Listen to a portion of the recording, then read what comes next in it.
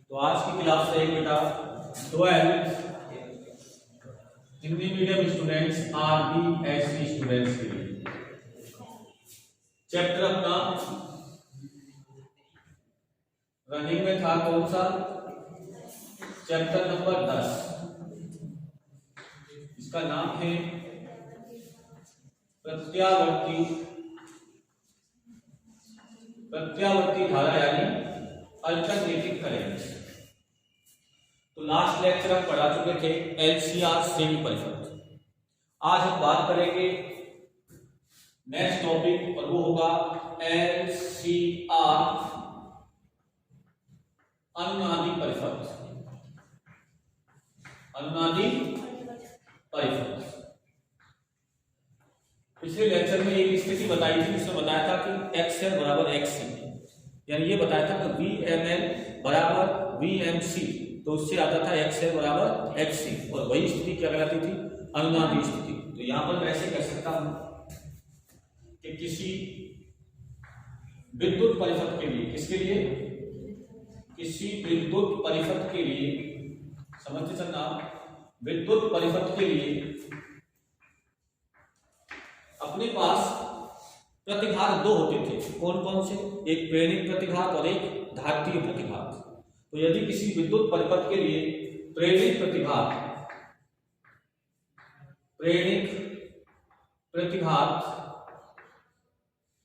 का मान धात्रीय प्रतिघात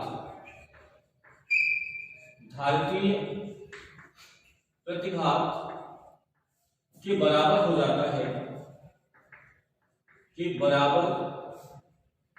जाता है, तो उसे अनुनादी परिपथ कहा जाता है। क्या कहते हैं उसे? अनुनादी परिपथ। क्या बोला मैंने? जब प्रेरित प्रतिघात का मान धात्रीय प्रतिघात के बराबर हो जाता है तो यह स्थिति अनुनाद की स्थिति कहलाती है, और ऐसा LCR परिपथ अनुनादी परिपथ कहलाता है। राइट। अब हम बात करते हैं इस स्थिति में, जैसा कि मैं पहले भी बता चुका हूं कि यहां पर XL बराबर क्या हो जाएगा? XC हो जाएगा। और XL बराबर XC की स्थिति में मैंने पिछले लेक्चर में बताया था कि इसमें प्रतिबाधा का मान, प्रतिबाधा न्यूनतम एवं धारा अधिकतम हो जाती है। क्या हो जाती है? अधिकतम हो जाती है। ये ध्यान रखना, अधिकतम हो जाती है। मतलब किसी LCR सर्किट का कम से कम प्रतिरोध या कम से कम प्रतिबाधा किसके बराबर हो सकती है? प्रतिरोध के बराबर। वो सबसे कम प्रतिबाधा होती है, और जब सबसे कम प्रतिबाधा होगी तो धारा का मान कैसा होगा? अधिकतम होगा। तो अब मैं कुछ स्थितियां बताता हूं कि अनुनाद की स्थिति में देखिए क्या क्या हो सकता है। सबसे पहले नंबर 1, अनुनाद की पहली स्थिति में परिपथ का कुल प्रतिघात,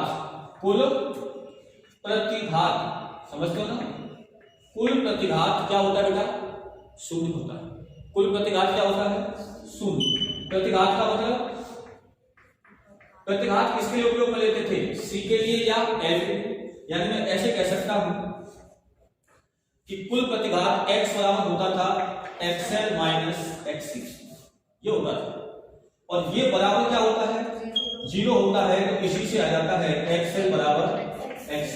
मतलब अगर परिपथ अनुनाद की स्थिति में है तो ऐसी स्थिति में उस परिपथ का कुल प्रतिघात क्या होगा? 0 है। और दूसरी स्थिति में बात करें तो मैंने पहले बोला है कि इस स्थिति में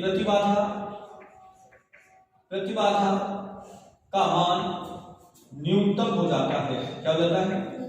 न्यूनतम हो जाता है।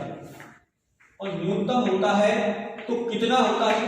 तो हम जानते हैं कि प्रतिबाधा Z बराबर अंडर रूट, ये होती थी R² plus XL minus XC का होल स्क्वायर। और यदि अनुनाद की स्थिति में एक्सएल बराबर क्या होता है एक्ससी, तो ये क्या हो जाएगा 0। तो यहां से बचेगा जेड मिनिमम बराबर कितना आ जाएगा आर। जेड मिनिमम बराबर यानी परिपथ की प्रतिबाधा का मान घटकर से क्या हो जाएगा न्यूनतम, जो किसके बराबर होगा प्रतिरोध के बराबर। अगर मैं बात करूं नंबर 3, अगर ये प्रतिबाधा का मान घट के न्यूनतम हुआ है तो ऐसी स्थिति में प्रत्यावर्ती वोल्टता और प्रत्यावर्ती धारा के मध्य कलांतर क्या होता था फाई बराबर ये होता था tan inverse XL minus XC upon R। और अनुनाद की स्थिति में ये हो जाएगा XL बराबर XC, तो ये हो जाएगा tan इनवर्स 0। और tan इनवर्स 0 इक्वल टू क्या होता है 0, तो फाई इक्वल टू क्या आएगा 0। मतलब अनुनाद की स्थिति में प्रत्यावर्ती धारा और प्रत्यावर्ती वोल्टता समान कला में होती है। किस होती है समान कला में होती है। नंबर 4, अगर चौथे नंबर पर बात करूं तो कोई पूछे कि धारा का तात्क्षणिक मान बताइए, किसका धारा का तात्क्षणिक मान, तो ये हो जाएगा I बराबर Im sin ओमेगा t, क्योंकि यहाँ फाई का मान क्या है 0, इसलिए यहाँ धारा वोल्टता की कला में ही होगी, यानी दोनों की कला कैसी होगी समान। अगर मैं बात करूं नंबर 5, अगर प्रतिबाधा का मान न्यूनतम है तो मुझे लगता है धारा का मान अधिकतम होगा। और हम जानते हैं कि धारा का शिखर मान Im बराबर होता था Vm अपॉन जेड, और यदि जेड का मान कैसा हो जाएगा न्यूनतम, तो Im क्या हो जाएगा Im हो जाएगा मैक्सिमम, और ये हो जाएगा Vm अपॉन R, या ऐसे लिखो जेड मिनिमम, और ये क्या हो जाएगा Im मैक्सिमम बराबर Vm अपॉन R। ये किसका मान है शिखर मान का भी अधिकतम मान, समझ में आ रहा, यानी ये सबसे अधिक होगा इस स्थिति में अनुनाद की स्थिति में। इसके बाद नंबर 6 पर बात करें तो हम बात करते हैं अनुनादिक आवृत्ति कि वह आवृत्ति बताइए जिस पर अनुनाद की स्थिति आती है। तो अनुनादी आवृत्ति, अनुनादी आवृत्ति देखिए क्या होगा, मैंने बोला आपसे कि अनुनाद की स्थिति में XL बराबर क्या होता है XC, और XL बराबर क्या होता है ओमेगा L, और XC बराबर कितना होता है 1 अपॉन ओमेगा C। तो ऐसी स्थिति में यहां से ओमेगा स्क्वायर बराबर आ जाएगा 1 अपॉन LC। ये नोट्स में सही कर लेना, यहाँ ओमेगा लिख दिया गलती से, ठीक है ना। तो ये हो गया ओमेगा स्क्वायर बराबर 1 अपॉन LC, तो ओमेगा बराबर क्या आ जाएगा 1 अपॉन अंडर रूट LC। ये अनुनाद की कोणीय आवृत्ति कहलाती है। कौन सी आवृत्ति, इसलिए इसके नीचे लिख देते हैं R, क्या लिख देते हैं R का मतलब रेजोनेंस, रेजोनेंस का मतलब होता है अनुनाद। तो ये है अनुनाद की कोणीय आवृत्ति, ये ध्यान रखना है। लेकिन कोई पूछे केवल आवृत्ति, तो आवृत्ति का मात्रक क्या होता है हर्ट्ज, जबकि कोणीय आवृत्ति का मात्रक होता है रेडियन पर सेकंड। तो यहां से देखिए हम जानते हैं कि ओमेगा बराबर क्या होता है, ओमेगा बराबर होता है 2 पाई f।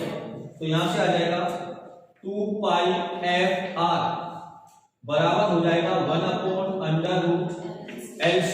तो f r ये कहलाएगा 1 upon 2 pi under root LC। C कहलाती है अनुनादी आवृत्ति, क्या कहलाती है, और ये क्या कहलाती है अनुनादी कोणीय आवृत्ति, राइट। तो ये बात किसकी हो गई आवृत्ति। अब नंबर 7 अनुनाद की स्थिति में अगर हम प्रतिबाधा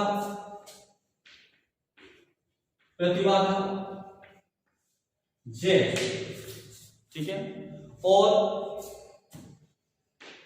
आवृत्ति स्मॉल f के मध्य ग्राफ खींचे तो कैसा ग्राफ आएगा, देखिए आप ये ग्राफ अनुनाद की स्थिति में मैंने क्या बोला है कि जब आवृत्ति का मान FR हो जाएगा यानी अनुनादी आवृत्ति होगी, उस समय प्रतिबाधा का मान घट के क्या हो जाएगा, न्यूनतम होगा। इसका मतलब इसका जो ग्राफ आएगा इस प्रकार है। अगर यहां मैं लेता हूं Z और यहां लेता हूं आवृत्ति F, तो देखिए आप, जब आवृत्ति का मान कम था तब Z का मान अधिक था। जैसे जैसे आवृत्ति बढ़ाई Z का मान कम होता गया और एक स्थिति ऐसी आई कि Z का मान घट के क्या हो गया, न्यूनतम, और ये हो गया Z मिनिमम बराबर R, और इस आवृत्ति के मान को हम कहते हैं FR। क्या कहते हैं, ये कहलाती है अनुनादी आवृत्ति। अगर अनुनादी आवृत्ति के इधर और इधर अगर आवृत्ति का मान हुआ तो प्रतिबाधा न्यूनतम नहीं होगी, यानी प्रतिबाधा का मान घटना चालू हो जाएगा। जैसे अगर अनुनादी आवृत्ति से आवृत्ति ज्यादा हुई तो भी प्रतिबाधा बढ़ने लग जाएगी, और यदि आवृत्ति का मान कम हुआ तो भी प्रतिबाधा बढ़ने लग जाएगी।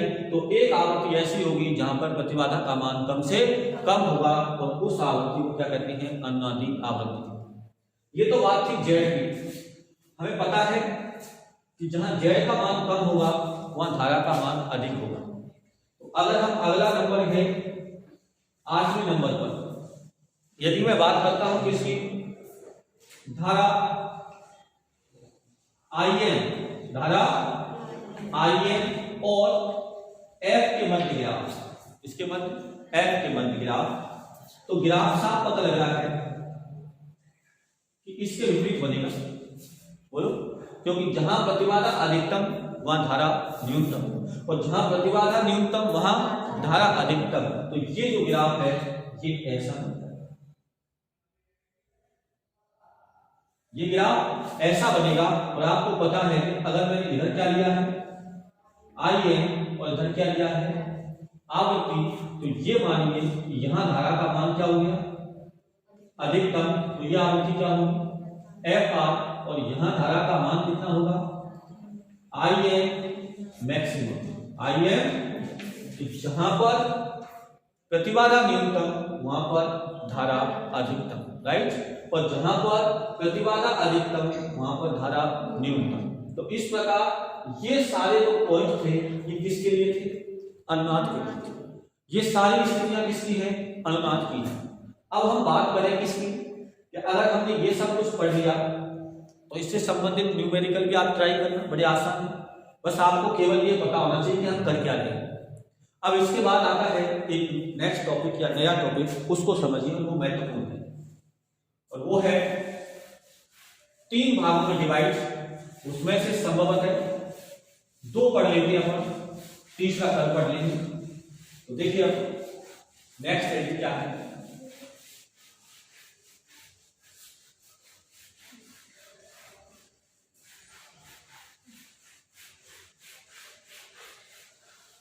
अगला है LCR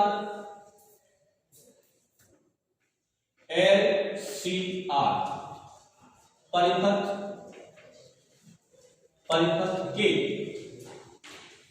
पहला है अर्ध शक्ति बिंदु।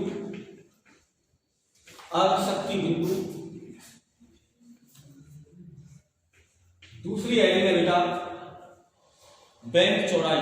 क्या है, बैंक चौड़ाई।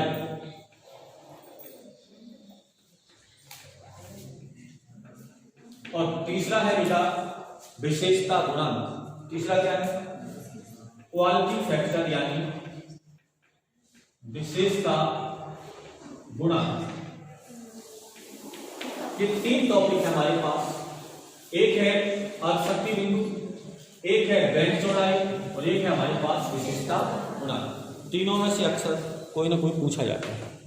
तो सबसे पहले अपन बात करते हैं किसकी, अर्ध शक्ति बिंदु। तो पहले में किस किस के मध्य ग्राफ बनाऊंगा, IM और F। अच्छा, F की जगह ओमेगा भी दिया जा सकता है। F और ओमेगा में सिर्फ अंतर इतना है कि इसमें 2 पाई और आ जाता है और उसमें केवल ओमेगा। बात एक ही है, वो कोणीय आवृत्ति है और ये सिर्फ आवृत्ति है, ये ध्यान रखना है आपको। तो देखिए जरा, अगर मैं ग्राफ बनाऊं यहां पर, तो ये जो ग्राफ आएगा धारा के लिए और आवृत्ति के लिए, ये ग्राफ ये आया। अब इस ग्राफ में हम अच्छी तरह जानते हैं ये किसका मान है, सपोज ओमेगा आर का मान है। किसका है, ओमेगा आर। और इधर मैंने क्या लिया है, आई एन लिया है। तो यहां पर धारा का मान होगा आई एन मैक्सिमम और इसको मैं बिंदु क्या मान लेता हूं, पी। तो मैं सबसे पहले बात कर रहा हूं किसकी, अर्धशक्ति बिंदु की। इसमें ऐसे दो बिंदु होंगे और उन बिंदुओं को मैंने मान लिया कि एक बिंदु यहां है और एक बिंदु इधर है। संगीता के आधार पर दो ही होंगे दोनों तरफ। बोलो, इसके इधर जैसा व्याप है वैसा ही उधर है। तो एक बिंदु ये मान लिया और दूसरा बिंदु ये। यहां पर आवृत्ति का मान, कोणीय आवृत्ति का मान ओमेगा 1 मान लिया और यहां पर ओमेगा 2 मान लिया। तो ये जो बिंदु है इसको मैं ए नाम दे देता हूं और इसको बी। ये जो ए और बी बिंदु है यही बिंदु कहलाते हैं अर्धशक्ति बिंदु। क्या कहलाते हैं, इन अर्धशक्ति बिंदुओं पर, इस पर, इन अर्धशक्ति बिंदुओं पर धारा का मान अपने अधिकतम मान का 1/√2 गुना होता है। कितना होता है, अपने अधिकतम मान का कितना होता है, 1/√2 गुना होता है। सबसे बड़ी बात कि अनुनाद की स्थिति में शक्ति क्षय सर्वाधिक होता है। शक्ति की हानि सबसे अधिक होती है किस स्थिति में, अनुनाद की स्थिति में। क्यों होती है, आइए हम जानते हैं कि शक्ति P बराबर होता है I²R। अरे बोलो, शक्ति P बराबर I², जानते हो कि नहीं, बोलो। P बराबर V × I और V बराबर IR तो I²R। लेकिन इस LCR पद्धति के अंदर हमने I को क्या लिया है, IN, और R की जगह क्या लिया है, Z, राइट। और हम जानते हैं क्या कि अगर P का मान अधिकतम होगा, P का मान अधिकतम होगा तब अनुनाद की स्थिति में। क्यों होगा, क्योंकि IM तो हो जाएगा IM मैक्सिमम का स्क्वायर और Z क्या हो जाएगा, R। मतलब आप ये देखिए कि शक्ति धारा के वर्ग के समानुपाती है। अगर ये धारा बढ़ जाएगी, अधिकतम हो जाएगी, तो शक्ति क्षय भी अधिकतम होगा। क्योंकि इस समय धारा का मान सबसे अधिक होता है, इसलिए शक्ति क्षय भी इस समय सबसे अधिक होता है। कौन सी स्थिति में, अनुनाद की स्थिति में। अब प्रश्न ये उठता है कि सर अर्धशक्ति बिंदुओं पर आपने ये कैसे कह दिया कि यहां पर धारा अपने अधिकतम मान की 1/√2 गुना। तो आइए, नाम से पता लग रहा है अर्धशक्ति बिंदु यानी धारा IM और आवृत्ति F या ओमेगा के मध्य खींचे गए ग्राफ में ऐसे बिंदु जहां पर शक्ति क्षय अनुनाद की स्थिति में शक्ति क्षय का आधा हो। क्या हो, आधा। इसे नाम पड़ा इसका क्या, अर्धशक्ति बिंदु। कैसे, शक्ति क्षय अनुनाद की स्थिति में जितना हो रहा है, अगर इससे आधा शक्ति क्षय जिन बिंदुओं पर होता है वे ही बिंदु क्या कहलाते हैं, अर्धशक्ति बिंदु। फिर सुन लें एक बार, IM यानी धारा और आवृत्ति के मध्य खींचे गए ग्राफ में वे बिंदु जहां पर शक्ति क्षय का मान अनुनाद की स्थिति में शक्ति क्षय का आधा होता है, उन बिंदुओं को अर्धशक्ति बिंदु कहते हैं। क्या कहते हैं, यानी आप ऐसे कह सकते हैं कि अर्धशक्ति बिंदुओं पर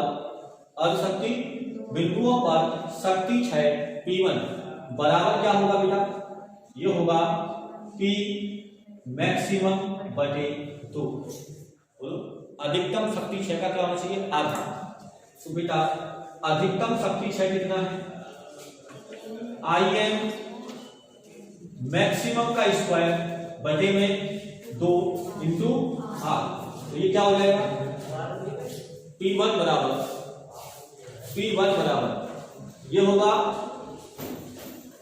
ये होगा क्या, इधर देखिए आप ध्यान से। तो चुपचाप बैठ जाओ ताकि इधर डिस्टर्ब ना, उधर देखो। इसको मैं क्या लिख सकता हूं, आई एम मैक्सिमम बटे अंडर रूट 2 और इसका स्क्वायर इंटू आर। बोलो। तो आप देखिए, अगर आप ध्यान से देखें तो यहां पर क्या हो रहा था, आई एम मैक्सिमम का स्क्वायर इंटू आर, जबकि यहां क्या हो रहा है, I maximum upon under root 2 का स्क्वायर आर। यानी इस शक्ति और इस शक्ति में यह अंतर है कि यहां धारा अपने अधिकतम मान की 1/√2 गुना हो गई। क्या हो गई? तो आप क्या कहोगे, ऐसे बिंदु जहां पर धारा अपने अधिकतम मान की 1/√2 गुना रह जाती है, उन बिंदुओं को भी क्या कहते हैं, अर्धशक्ति बिंदु कहते हैं। समझ में आएगा? शक्ति तो आधी रह जाती है, जबकि धारा अधिकतम मान की 1/√2 गुना हो जाती है। इसको अब क्या कहते हैं, अर्धशक्ति बिंदु। क्या कहते हैं, अर्धशक्ति बिंदु। तो ये दोनों बिंदु कैसे हैं, अर्धशक्ति बिंदु। तो ये तो बात होगी किसकी, अर्धशक्ति बिंदु। अब नंबर आता है इसका बेंट चौड़ाई। तो बेंट चौड़ाई को समझिए, देखिए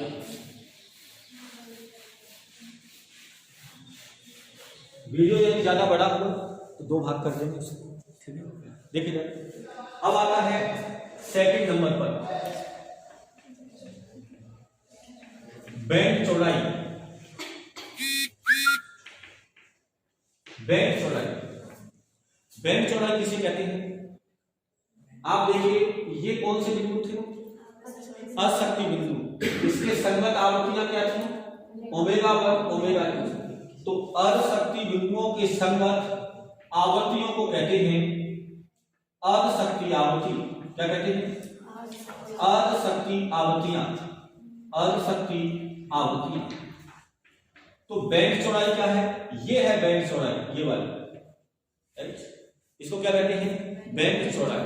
यानी आप क्या कह सकते हैं, अर्धशक्ति आवृत्तियों के अंतर को बेंट चौड़ाई कहते हैं। क्या कहते हैं, अर्धशक्ति आवृत्तियों के अंतर को बेंट चौड़ाई कहते हैं। तो इसको कैसे लिखा जाए, तो बेंट चौड़ाई, क्या बेटा, बेंट चौड़ाई बराबर क्या आ जाएगा, omega 2 minus omega, right. Omega 2 minus omega 1 equal to bent चौड़ाई। अब बेंट चौड़ाई का मान क्या होता है वो ज्ञात करते हैं। देखिए आप, बेंट चौड़ाई का मान ज्ञात करने के लिए हमें क्या करना है, आइए हमें किसका मान निकालना है, ओमेगा 2 माइनस ओमेगा 1 का मान। तो इसके लिए अपन डेरिवेशन स्टार्ट करते हैं। कैसे करना है, देखिए अर्धशक्ति आवृत्ति की परिभाषा से, किससे, अर्धशक्ति बिंदुओं की परिभाषा से। क्या बताया था मैंने कि अर्धशक्ति बिंदुओं पर धारा का मान अपने अधिकतम मान का आधा हो जाता है, √2 यानी 1/√2 गुना, राइट। आप जानते हो IM का मान ये क्या है, प्रत्यावर्ती धारा का शिखर मान, और ये होता था Vm/Z। क्या होता था, Vm/Z, जबकि ये मान होता है Vm/R। बोलो भाई, IM मैक्सिमम का मतलब क्या है, जब प्रतिबाधा का मान घट करके न्यूनतम हो जाए, यानी R के बराबर हो जाए।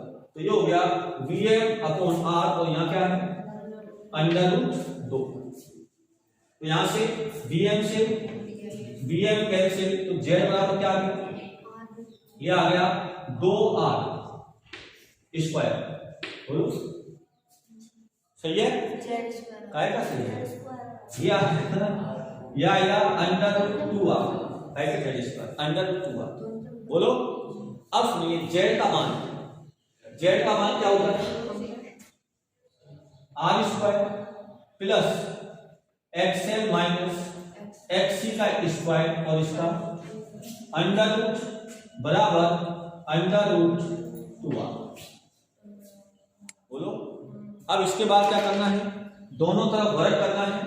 तो ये हो जाएगा R² plus XL minus XC का स्क्वायर बराबर 2R²। तो ये हो जाएगा XL माइनस XC का स्क्वायर बराबर आ जाएगा R² बराबर R², और ये हो जाएगा एक्सएल माइनस एक्स बराबर plus minus R, plus minus, और एक्सएल का मान कितना होता है omega L 1 omega C is equal to plus minus R. अब आ जाइए किसके लिए, आल शक्ति बिंदु ए के लिए, किसके लिए, बिंदु ए के लिए, बिंदु कैपिटल ए के लिए। तो कैपिटल ए के लिए आवृत्ति का मान कितना है ओमेगा 1, तो इसमें ओमेगा की जगह क्या आ जाएगा ओमेगा 1, तो ये हो जाएगा omega 1n minus 1 upon omega 1c बराबर, अब प्लस आ रहा है या माइनस आ रहा है, ये आपको तय करना है। बोलो, ये देखिए कि यहां पर माइनस तभी आएगा जब ये राशि छोटी होगी और ये राशि बड़ी होगी। बोलो, इसका मतलब एक्सएल छोटा होगा और एक्ससी बड़ा होगा। और यहां हम देखें तो ऐसी स्थिति में ओमेगा 1 का मान अनुनाद की स्थिति ओमेगा आर से कम है, और ओमेगा आर से कम है तो ऐसी स्थिति में क्या होगा एक्सएल का मान छोटा है और एक्ससी कैसा है बड़ा है। समझ में आएगा, जब आवृत्ति का मान ओमेगा आर से क्या हो जाएगा बड़ा तो एक्सएल छोटा रह जाएगा और एक्ससी बड़ा। दूसरा तरीका देखिए, अगर ग्राफ में देखा जाए ध्यान से तो यहां से देखो आप धीरे धीरे धीरे धीरे धारा का मान क्या हो रहा है घट रहा है, और यदि धारा बढ़ रही है तो प्रतिरोध का मान घट रहा है। बोलो, और जैसे जैसे हम ऊपर जाएंगे तो यहां पर प्रतिरोध का मान सबसे कम होगा, इसका मतलब ये ग्राफ प्रतिरोध के घटने को बता रहा है, जबकि ये वाला ग्राफ प्रतिरोध के बढ़ने को बता रहा है। तो यहां पर आओगे तो धीरे धीरे धारा कम होगी अर्थात प्रतिरोध बढ़ेगा, इसलिए बिंदु ए के लिए प्रतिरोध घटेगा, इसलिए आएगा माइनस आर। क्या आएगा माइनस आर। इसको मैं समीकरण, अब तक कोई समीकरण आया नहीं आया, कोई बात नहीं, एक दे। अब बात करते हैं किसके लिए, बिंदु बी के लिए। तो बिंदु बी के लिए क्या आएगा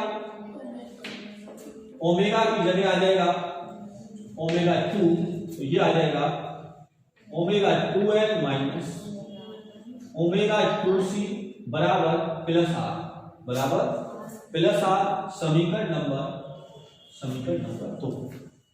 हमारे पास समीकरण 1 और समीकरण 2 आ चुके हैं, लेकिन हमें किसका मान निकालना है, हमें किसका मान निकालना है ओमेगा 2 माइनस ओमेगा 1 का। अभी इतना आसान नहीं आ जाए, इसके लिए अब सबसे पहले करेंगे समीकरण 1 प्लस समीकरण 2, दोनों को जोड़ दीजिए। तो जोड़ने पर यह आ जाएगा omega 1l minus omega 1c plus omega 2l minus 1 upon omega 2c बराबर 0। तो यहां पर इन दोनों में से क्या कॉमन आ जाएगा, l कॉमन आएगा, तो ये बचेगा ओमेगा 1 प्लस ओमेगा 2, राइट, और इनटू क्या आ जाएगा l, और इनमें से कॉमन ले लो क्या माइनस 1 अपॉन c, तो यहां से क्या बचेगा 1 upon omega 1 plus 1 upon omega 2 बराबर 0।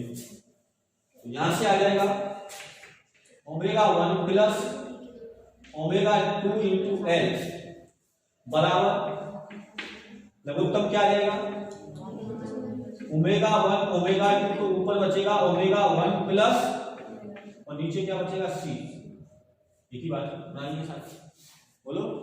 अब इसके बाद इससे ये क्या हो जाएगा कैंसिल हो जाएगा, तो यहां से बचेगा एल बराबर 1 अपॉन सी ओमेगा 1 ओमेगा 2। तो इसको मैं दे देता हूं समीकरण नंबर 3। अभी हमारे पास उद्देश्य है ओमेगा 2 माइनस ओमेगा 1 निकालना। अब हम करेंगे समीकरण 2 में से एक को घटाना है, इसको, क्योंकि मुझे क्या निकालना है ओमेगा 2 माइनस ओमेगा 1। इसलिए समीकरण 2 माइनस 1, जैसे मैं 2 माइनस 1 करूंगा तो यहां से आ जाएगा omega 2l minus omega 2c, और ये क्या हो जाएगा minus omega 1l plus omega 1c बराबर हो जाएगा r minus minus plus r बराबर 2r बराबर 2r। कैसे? ये r अपन इसको सॉल्व कर रहे हैं, तो ये और इन दोनों में क्या कॉमन आ जाएगा l, तो ये हो जाएगा ओमेगा 2 माइनस ओमेगा 1 और l क्या आ जाएगा कॉमन। और इससे हम कॉमन क्या ले सकते हैं बोलो? यहां से मैं प्लस 1/c कॉमन ले लेता हूं, तो यहां से क्या बचेगा बेटा? यहां से बचेगा 1/ओमेगा 1 माइनस 1/ओमेगा 2 बराबर 2r बराबर। और अब हम इसको हल करें, तो यहां से देखिए ये क्या आएगा omega 2 minus omega 1 into l, और ये प्लस यहां से लघुत्तम कितना आएगा ओमेगा 1 ओमेगा 2 ओमेगा 2, तो ऊपर क्या आएगा ओमेगा 2 माइनस ओमेगा 1, और नीचे एक c और रहेगा, तो नीचे क्या आ जाएगा c, क्या आ जाएगा c। और देखिए समीकरण 3 से मान रखने का, अच्छा बराबर क्या रहेगा 2r बराबर 2r, राइट। अब हमें क्या रखना है समीकरण 3 से मान रखने का। आइए समीकरण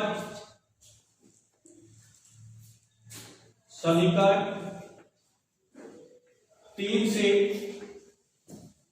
मान रखने पर, जैसे अपन समीकरण 3 से मान रखेंगे तो ये हो जाएगा omega 2 minus omega 1 into l plus omega 2 minus omega 1, और देखो 1/c ओमेगा 1 ओमेगा 2 में क्या आ जाएगा l, तो ये आ जाएगा इंटू l। बोलो अब बराबर क्या आ जाएगा 2r, इंटीग्रल को पूछ लेना बराबर 2r। अब देखो ये दोनों एक जैसे हो गए, तो ये कितना हो जाएगा 2 omega 2 minus omega 1 into l बराबर 2 से 2 कैंसिल, तो omega 2 minus omega 1 equal to आ गया r/l। ये कहलाती है बैंड चौड़ाई। क्या कहलाती है? तो बैंड चौड़ाई का सूत्र आना चाहिए जिसका मान है r/l। अगर इसे मैं आवृत्ति की फॉर्म में निकालें, ये तो कोणीय आवृत्ति है, तो यहां से क्या आ जाएगा ये हो जाएगा 2 f2 और माइनस 2 f1 बराबर r/l, और यहां से 2 कॉमन आ जाएगा, तो f2 माइनस f1 बराबर r/2। इस प्रकार ये भी क्या कहलाती है बैंड चौड़ाई। क्या कहलाती है बैंड चौड़ाई। तो अनुनादी स्थिति में बैंड चौड़ाई का मान आ जाता है f2 minus f1 equal to r/2l, या omega 2 minus omega 1 equal to r/l। ये क्या है बैंड चौड़ाई। और अर्ध शक्ति बिंदु कौन से होते हैं? यदि आवृत्ति और धारा के मध्य ग्राफ खींचा जाए तो उस ग्राफ पर वे बिंदु जहां शक्ति क्षय का मान अनुनाद की स्थिति में शक्ति क्षय का आधा हो तथा धारा अपने अधिकतम मान की 1/√2 गुना हो, उन्हें हम अर्ध शक्ति बिंदु कहते हैं। अब तीसरा पॉइंट कौन सा रह गया? विशेषता गुणांक। इसे लिखा जाता है Q से और इसको कहते हैं क्वालिटी फैक्टर। ये क्या बताएगा? ये वक्र की तीक्ष्णता को बताएगा कि वक्र कैसा बनेगा। ये पढ़ेंगे अपन नेक्स्ट क्लास में। आज के इतना ही, धन्यवाद।